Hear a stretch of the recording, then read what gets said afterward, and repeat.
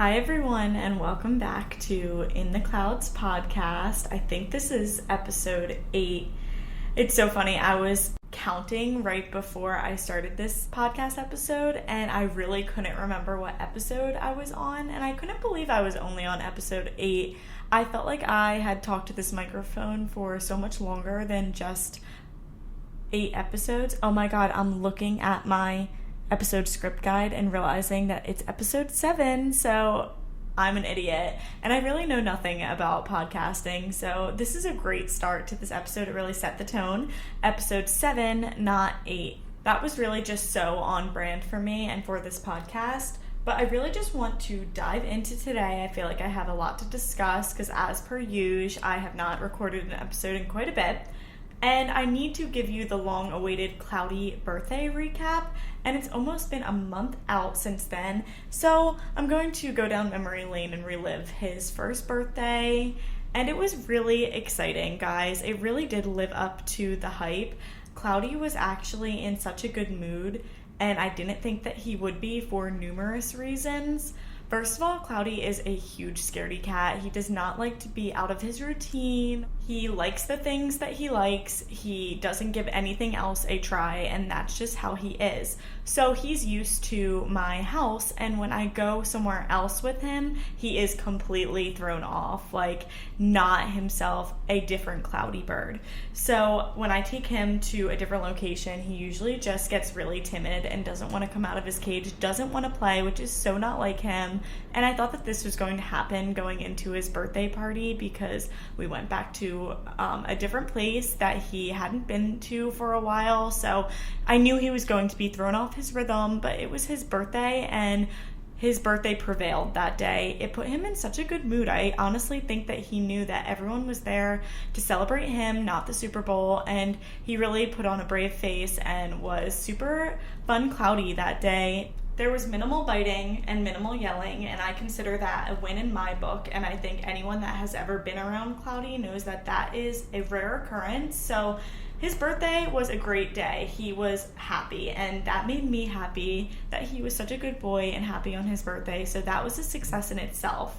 But there was also many other successes throughout his birthday, starting with the cookies that I got made for his birthday. And they were these really cutesy little cloud sugar cookies. And they just had like white royal icing on them, but they were adorably cutesy. I probably had 3 or 4 throughout the night, which is problematic. They were large cookies too, but I could not stop. They reminded me a lot of a cookie from Starbucks that I also have a little obsession for, and it's the snowman cookie, and I hope to God that you guys know what I'm talking about. It's just the iced sugar cookie, but it's shaped like a snowman in the winter. I think the Target Starbucks have like the Target bullseye dog, and it's the same cookie but just decorated different. It's the crappiest sugar cookie in the world. I'm pretty sure that it's like part cardboard, part sugar, but for some reason I fucking love it, and I can't get enough of these cookies. Liv and I always split it. It will stare at me in the face in the little case when I'm going to pay, and Liv and I just crack every single time and have to split this cookie. It's like 500 calories for a small cookie, but moral of the story is these cloud cookies were very similar to that, but like a less crappy version, and I could not help myself. It was like the Starbucks cookie staring me in the face all over again. I had so many. So that was definitely a win. My Cloudy sweets were a huge win. I honestly could be a party planner in the future because my decor was also very spot on. To start off, I had all cloud silverware, paperware, like napkins and paper plates. Super cutesy, let me tell you. I also had balloons, of course, that had clouds, and I thought I was going to pass out blowing them up, but I did it in the name of Cloudy and his first birthday. So I think that I'm going to be a good party planner mom when I'm older because my decor was also spot on.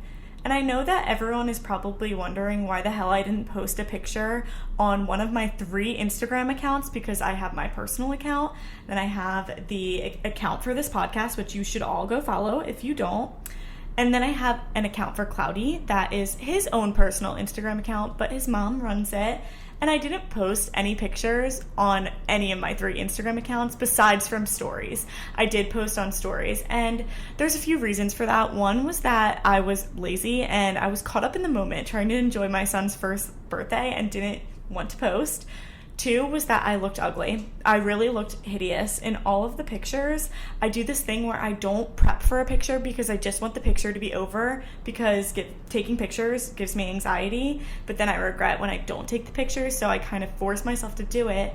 But then I just take the picture really quick. I don't untuck my hair from out of my ears. I don't smile correctly. I just look like a mess in photos, and this was exactly what happened on Cloudy's birthday. So all of the pictures, I just looked greasy, and no, I just didn't look good. I couldn't post them, and I don't post on Instagram often, and so I feel like when I do post, I need to make it a big occasion and make it a good post.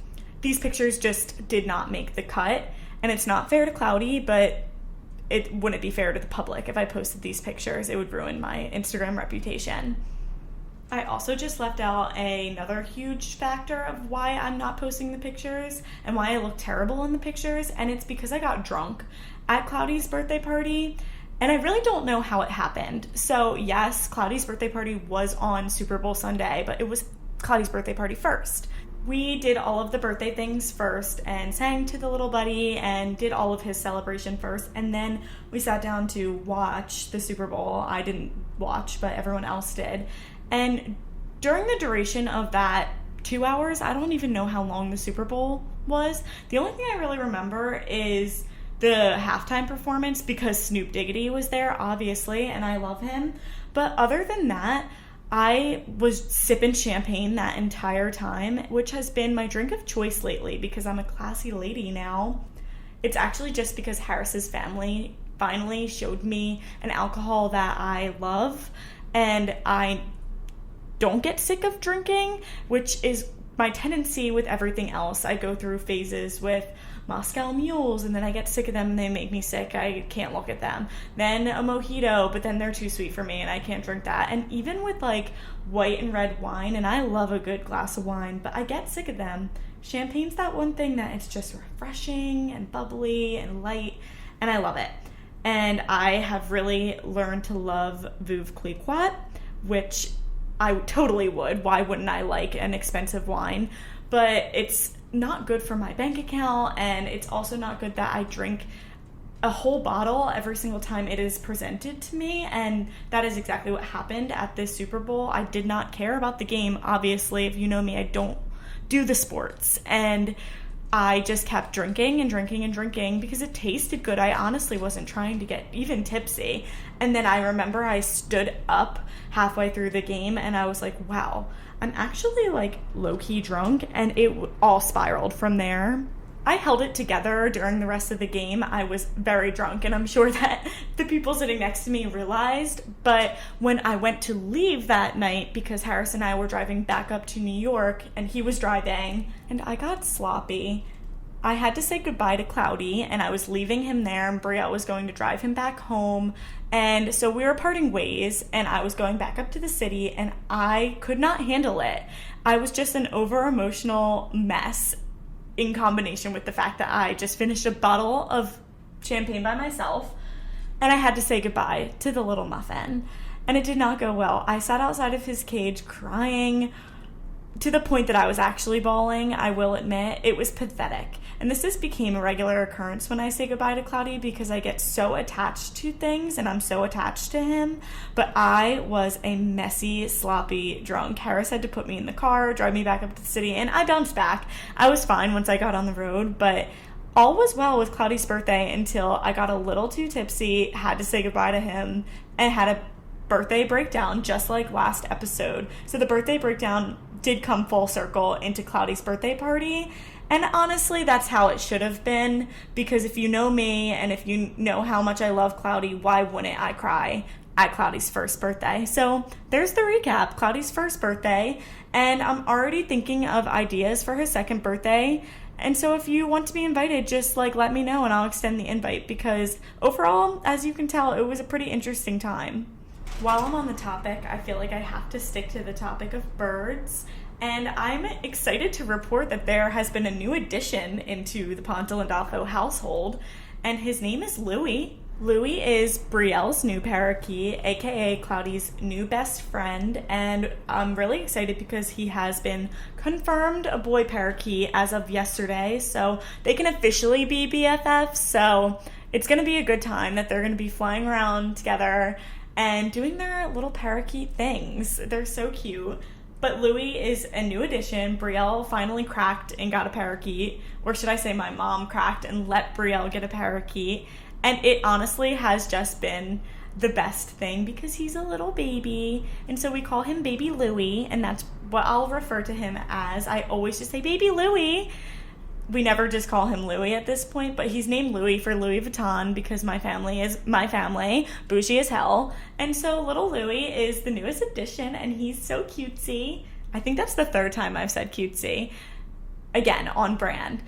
And I'll definitely be showing Cloudy and Louie together because it's the cutest thing because they're so interested in each other, but it's kind of tea because Cloudy at first wasn't very interested in Baby Louie, which led us to believe that Baby Louie was a boy because Cloudy is very interested in Bolt, Harris's female little parakeet, but Baby Louie, he was just like, when they first met. But now they like each other, and Brielle and I are officially the crazy bird sisters.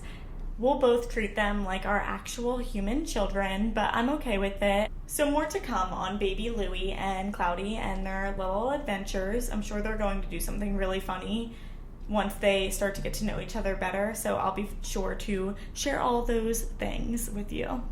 Okay, so you may have heard the obnoxious honking or the sirens or the really strong winds outside right now, but I am back in New York City. I've been coming and staying at the apartment more because my company has gone back into the office Tuesday, Wednesday, Thursday, so I have to be here quite a few times this week, and let me tell you, it's exhausting, and I never thought that I would really say that I'm sick of New York, but I've been coming back and forth for like almost 2 months now after taking a well-needed break right after the holidays, and I miss it. I miss just living in my peace and quiet and not the hustle and bustle of the city. I really never thought that I would say that, and it low-key got me questioning everything. Do I want to live here for the rest of my life? Well, I always said that I wouldn't raise my kids here, but do I want to continue coming into the city as often as I am? Who knows? I really don't know what I'm going to do with my life, even like in a year from now. I don't know where I will be, but I do know that I miss my peace and quiet, and the city lifestyle has just been running me down lately. Don't get me wrong, some days here are so fun when there's a lot going on, which is always in New York.